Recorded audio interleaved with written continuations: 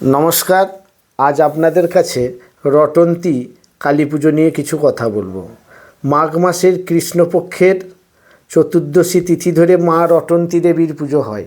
সব কালী পুজো তো অমাবস্যা তিথি ধরে হয়, তা মা রটন্তী দেবীর পুজো কেন চতুর্দশীতে হয়? আর রটন্তী কালীর নাম কোত্থেকে এলো? না, কোনো কিছু ঘটনা রটে যাওয়াকেই বলা হয় রটন্তী।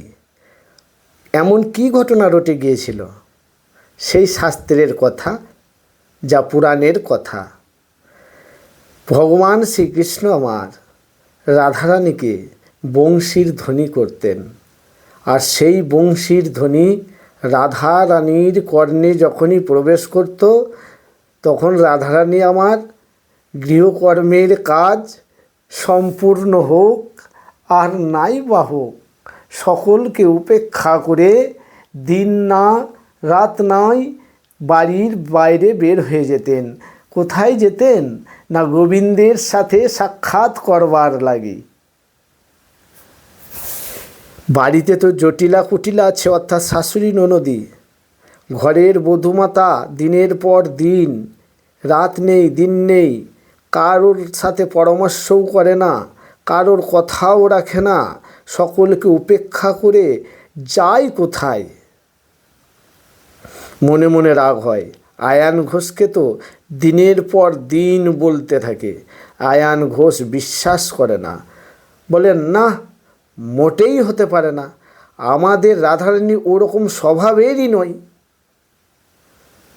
জটিলা কুটিলা বলছে, আচ্ছা, আমাদের বধূমাতা কেমন তোমাকে স্বচক্ষে প্রমাণ করিয়ে না দিলে তোমার মাথায় ঢুকবে না।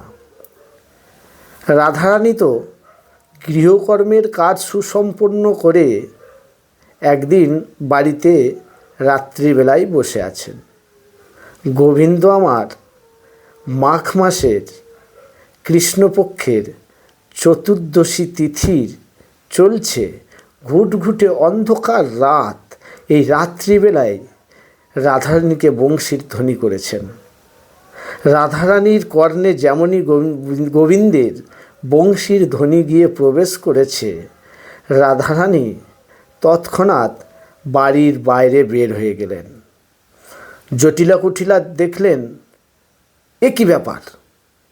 এই ঘুটঘুটে অন্ধকার রাত্রের ঘরের বধূমাতা কোথায় যাচ্ছে? মনে মনে চিন্তা করলেন, আজকে তোমাকে আমরা লক্ষ্য করব, তুমি যাও কোথায়, তোমার পিছনে আমরা ধাওয়া করব। চুপি চুপি রাধারানীর পিছনে পিছনে যেতে লাগলেন। গিয়ে জঙ্গলের আড়াল থেকে দেখলেন যে রাধারানী নিধুবনে প্রবেশ করলেন। নিধুবনে গিয়ে গোবিন্দের সাথে লীলায় মত্ত হয়ে গেলেন। কিচ্ছুটি বললেন না। জটিলা কুটিলা চুপি চুপি বাড়িতে ফিরে এসে আয়ান ঘোষকে বোঝালেন।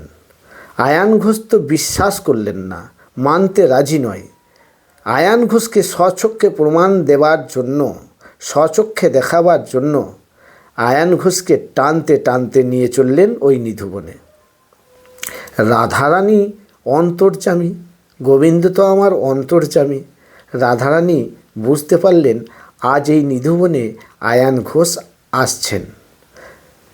রাধারানী ভয়ে গোবিন্দকে বলছেন, হে নাথ, আজ আমার উপায়, আজ আমার উপায় কী হবে? আজ তো আয়ান ঘোষ তো আজকে এই নিধুবনে আসছেন আমাদের ধরবার জন্য। গোবিন্দ বললেন, রাধে গো, তুমি চিন্তা করো না। শোনো রাধে, ওই আয়ান ঘোষের আরাধ্যা হচ্ছেন কালী। আমি কালী রূপ ধারণ করব, আর এই গাছতলায় বসে যাব, আর আমার পদসেবা করবে তুমি। আয়ান ঘোষ সেই ভাব দর্শন করবে, কেমন হবে? এই বলে গোবিন্দ আমার করলেন কি না, কালী রূপ ধারণ করলেন। আর কালীর পদসেবা করছেন কে না, রাধারানী। আয়ান ঘোষ তৎক্ষণাৎ নিধুবনে প্রবেশ করেই দেখছেন যে আমার আরাধ্যা গাছতলায় বসে রয়েছেন, আর সে আরাধ্যার পদসেবা করছেন আমাদের রাধারানী। অবাক হয়ে গেলেন, এ কি, সারা জনম ধরে আমি যার আরাধনা করলাম তাকে একদিনের জন্য দর্শন করতে পারলাম না, অথচ আমাদের রাধারানী আমার সেই আরাধ্যার পদসেবা করছেন। কি অপূর্ব শোভা, আজ কি আমার আনন্দ, আজ আমার আরাধ্যের দর্শন পেয়েছি, আজ আমার কালী দর্শন হলো। আজ এই জগতে এই কথা আমি রটিয়ে দেব। তাই ওই মাঘ মাসের কৃষ্ণপক্ষের চতুর্দশীর দিন ওই রাত্রেই পুরো জগৎকে জানিয়ে দিলেন যে আয়ান ঘোষের কালী দর্শন হয়েছে। এই কথাটি যে গোটা জগতে রটে গেল, ওই রটে যাওয়া ঘটনা থেকেই রটন্তী কালীর নাম হয়ে গেল। ভগবান শ্রীকৃষ্ণ জগৎবাসীকে শিক্ষাও দিয়ে দিলেন যে যেই কালী সেই কৃষ্ণ। যিনি কৃষ্ণ ভজনা করছেন কখনোই বলবেন না যে কালীর প্রসাদ খাবো না, আর যিনি কালীর ভজনা করছেন তিনি কখনোই বলবেন না যে কৃষ্ণের প্রসাদ খাবো না, অর্থাৎ সেবা করব না। ভুল হবে বলাটা।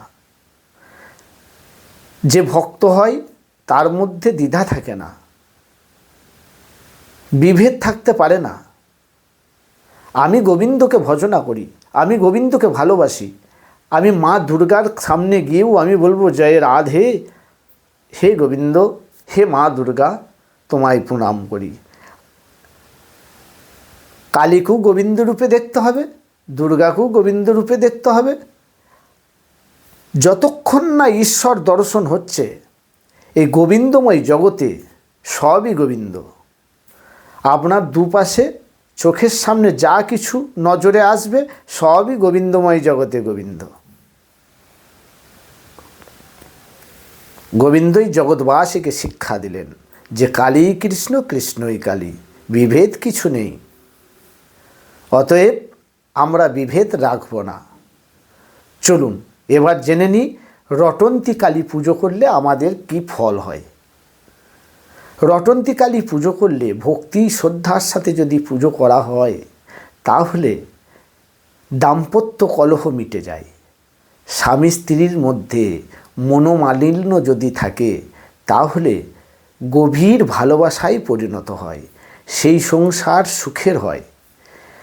বহু পুরাতন রোগ, এত ওষুধ খাচ্ছেন, রোগ কিন্তু কমছে না। মা রটন্তী দেবীর পুজো দিন, মাকে কথাটি জানান।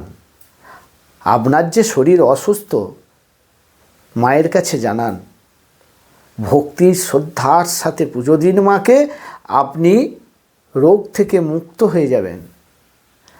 আপনার সন্তান হচ্ছে না, আপনি কি সন্তানের জননী হতে চান? তাহলে মা রটন্তী দেবীর পুজো দিন, ভক্তি শ্রদ্ধার সাথে পুজো দিন। দুফোঁটা নয়নের জল ফেলুন আর মাকে বলুন, মাগো আজ এসছি তোমার শ্রীচরণে ঠাঁই নিতে, আশ্রয় নিতে। আমাকে সন্তানের জননী বানিয়ে দাও মা। তোমার চরণে ভক্তি রেখে আমি যেন সন্তানের জননী হতে পারি। ভগবান ফল দেওয়ার জন্য হাত বাড়িয়ে আছেন। শুধু সামান্য ভক্তি দিয়ে ঈশ্বরের কাছ থেকে ফলটি আমাদের নিতে হবে। ভক্তের কাছে ভক্তির টুকুই ভগবান চান, তাই তো ভক্তাধীন গোবিন্দের নাম হয়েছে। চলুন আজ আমরা রটন্তী কালী পুজোর কথা শুনলাম। যদি আমার গল্পটি ভালো লেগে থাকে তাহলে অবশ্যই সাবস্ক্রাইব করবেন পরবর্তী ভিডিওগুলো পাওয়ার জন্য, লাইক দেবেন এবং কমেন্ট বক্সে কিছু বলার থাকলে জানাবেন।